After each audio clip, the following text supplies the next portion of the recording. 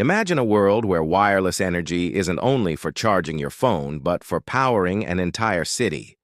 A world where a car, a plane, or even a tall building could draw endless power out of the air. For most people, that idea sounds like a scene from a sci-fi movie. But for Maxwell Chikumbutso, it is a regular Tuesday afternoon in his workshop, and talk is getting louder. Elon Musk is discussing it. Not casually, not as a joke, but with the same passion he once used when he described reusable rockets. So, what exactly is this strange technology? It's called RF wireless power transmission, a method to beam electricity invisibly through the air across long distances without wires, without giant solar farms, and without fuel. In Chikumbutso's hands, it is not just a lab toy. It is already powering whole devices from cars to homes with no cables at all. But here is where things get weirder. His RF generators do not need a normal power source to keep going. They draw energy from surrounding electromagnetic fields, reuse it, and broadcast it again like a fountain that never stops. And this is where controversy begins. Scientists are split. Some say the tech breaks known physical laws.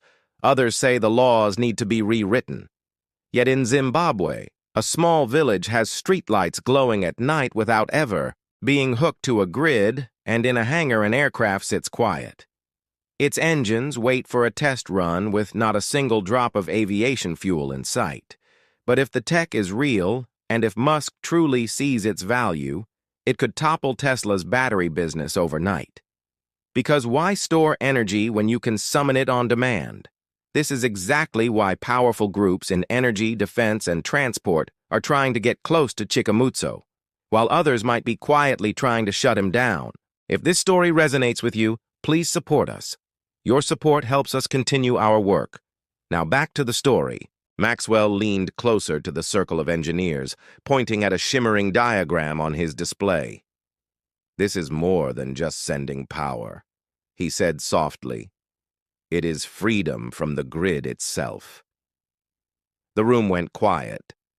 One engineer, a veteran of aerospace projects, blinked as if he could not fully take in what he was seeing. "You mean we could run planes, cars, whole cities without a drop of fuel?" Maxwell only smiled. The demo began in the open field, behind his workshop. A sleek metallic drone, about the size of a small car, hovered quietly in the air. No exhaust, no visible propellers, and no clear power source. A ripple of RF waves shimmered in the sunlight, almost invisible unless you knew where to look.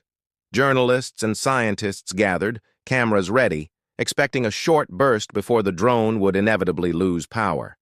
But minute after minute passed, and it did not land. It did not slow. A journalist from South Africa's biggest tech outlet finally broke the silence.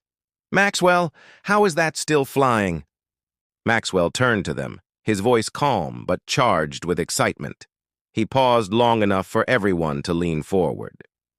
"It does not need to land," he said. Before anyone could press for more details, a sharp beep came from Maxwell's control console. An alert. Incoming connection. Unknown source. His expression changed. He tapped a button and a voice came through the speakers. Calm, controlled, but clear. "Maxwell, we need to talk. You have no idea what you have just unlocked." The reporters whispered to each other. Some swore they recognized that voice. The tone carried influence, maybe even danger. Maxwell narrowed his eyes and held the console tight. "And who exactly is we?" The voice chuckled softly. "Let's just say some of us have been watching you longer than